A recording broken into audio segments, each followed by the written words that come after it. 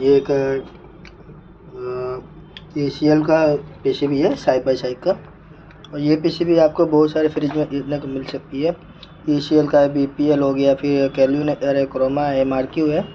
इन सब में ये पीसीबी साइड बाई साइड में कॉमन है। और इसके साथ एक और पीसीबी आती है ये वाली।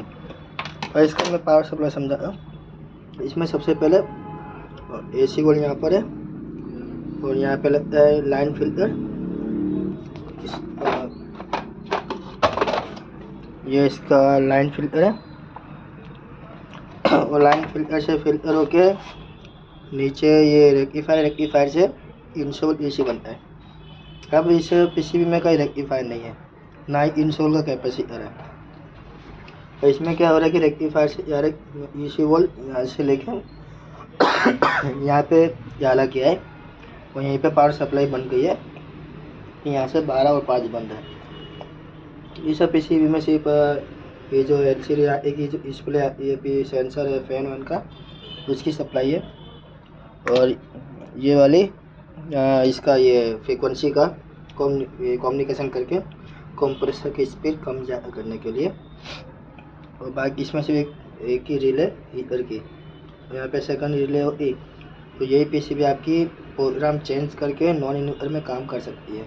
भाई यहाँ पे रेक्टिफायर कैपेसिटर आने की ज़रूरत है, फिर ये नॉन इन्वर्टर बन जाती है प्रोग्राम चेंज करने से। यानी कि कंपनी ने एक ही पीसीबी में यूनो का किया है कि एक ही बार में यूनो बना सकते हो कंपनी वाले। अब इसमें क्या प्रॉब्लम है, ये जो पीसीबी है मैंने यहाँ पे ये फ्रीक्वेंसी दिया है, फ्रीक्वेंसी मीटर RX PWM। अब इसमें ऐसा हो रहा है कि जैसे मैं इसमें सिर्फ पावर दे रहा हूँ, कोई फ्रीक्वेंसी नहीं। अब इसमें जो भी एरर आना चाहिए वो कंप्रेसर और IPM के रिलेटेड कोई भी एरर आना चाहिए। बाकी इसमें सेंसर से कोई एरर नहीं आना चाहिए, क्योंकि वो काम ये पीसीबी कर रही है। इसका काम है सिर्फ कंप्रेसर लाइन खुलना। और इस केस में क्या हो रहा है, जैसे मैं इसको स्विच चालू करता हूँ तो यहाँ पे 4 टाइम की एरर आती है, कभी कभी आ जाती है, कभी कभी नहीं आती है। अभी मैं इसको ये मीटर चालू किया, अब एरर आ गई 4 टाइम एरर।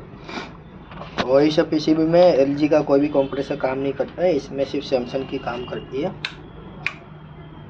अभी इसमें कुछ हुआ नहीं है, सिर्फ एक ये कैपेसिटर लगा हुआ है 35 वोल्ट 220 वेव का। और इस पीसीबी का यही प्रॉब्लम है कि ये ब्लिंकिंग कर रहा है।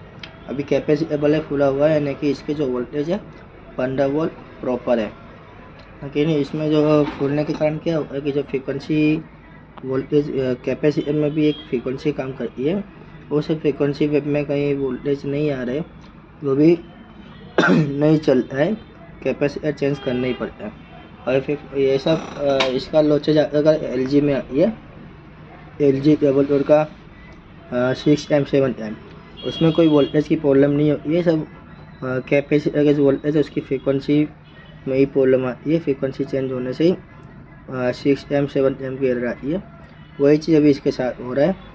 पीसीबी ओके, सब ओके, बस एक कैपेसिटर का प्रॉब्लम है। अभी मैं इसको चेंज कर रहा हूँ, फिर ये एक ही बार में चालू हो जाएगी।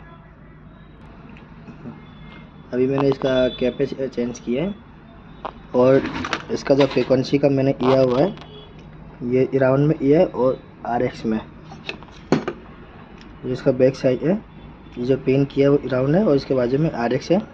यहाँ पे मैंने फ्रीक्वेंसी डाली है और ये इसका पुराना कैपेसिटर जिसकी वैल्यू है 220 वे 35 वोल्ट।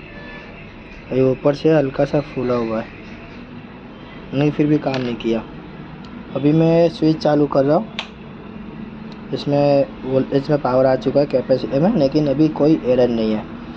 अब मैं ये चालू करा फ्रीक्वेंसी और ये अपना कंप्रेसर चालू, तो ये लाइट कंटिन्यू चालू है जैसे अपना सैमसंग के पीसीबी में होती है।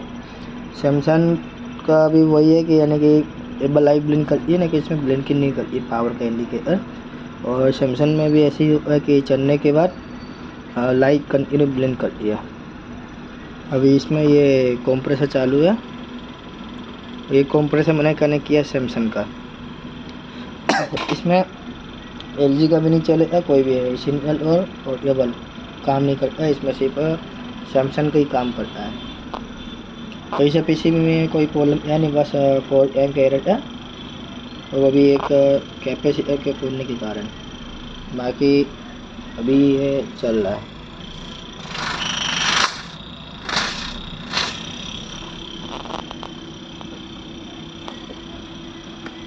कभी कभी हमको भी वोल्टेज को इग्नोर करके पाथ चेंज करके चेक करना पड़ता है, नहीं कंपलसरी नहीं कि इलेक्ट्रॉनिक्स में जो आपको मालूम है कि वायरिंग का वोल्टेज के ऊपर सब होता है, सब वोल्टेज के ऊपर नहीं होता।